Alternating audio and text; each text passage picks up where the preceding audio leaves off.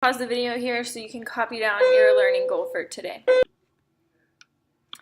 Okay, so triangle sum is a rule or a theorem. Another word for theorem is just rule.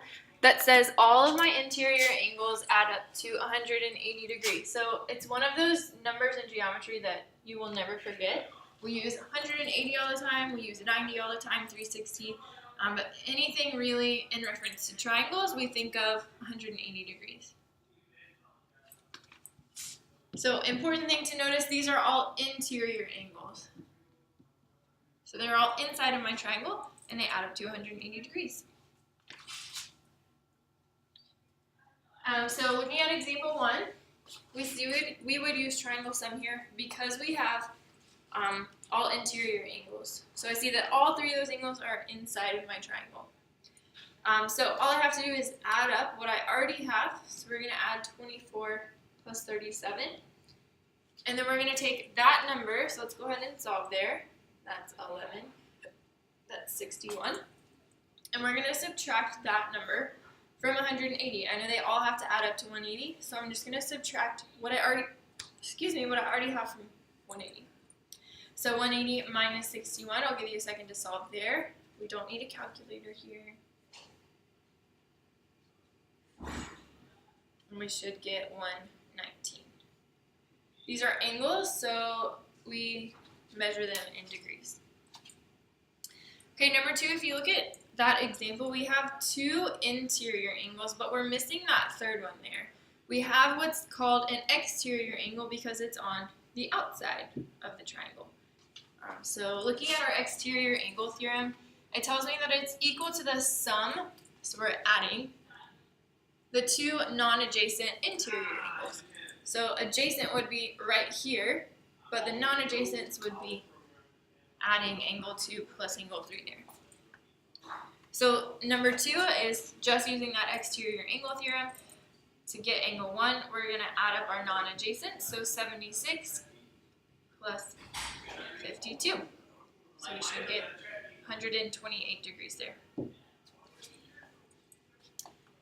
Okay, what we also want to notice here in regards to our exterior angles, each of these right here, and I know I just made a little smiley face, each of those sets are called a what?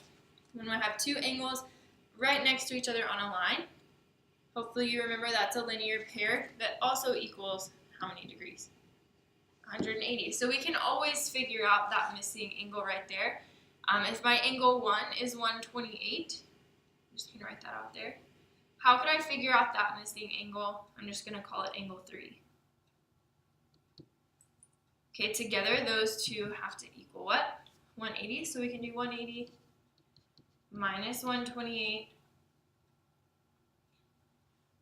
and get our answer there. And we should get 52. Should be 52 degrees. So there's lots of different ways we can solve here. Okay, so let's try our last one.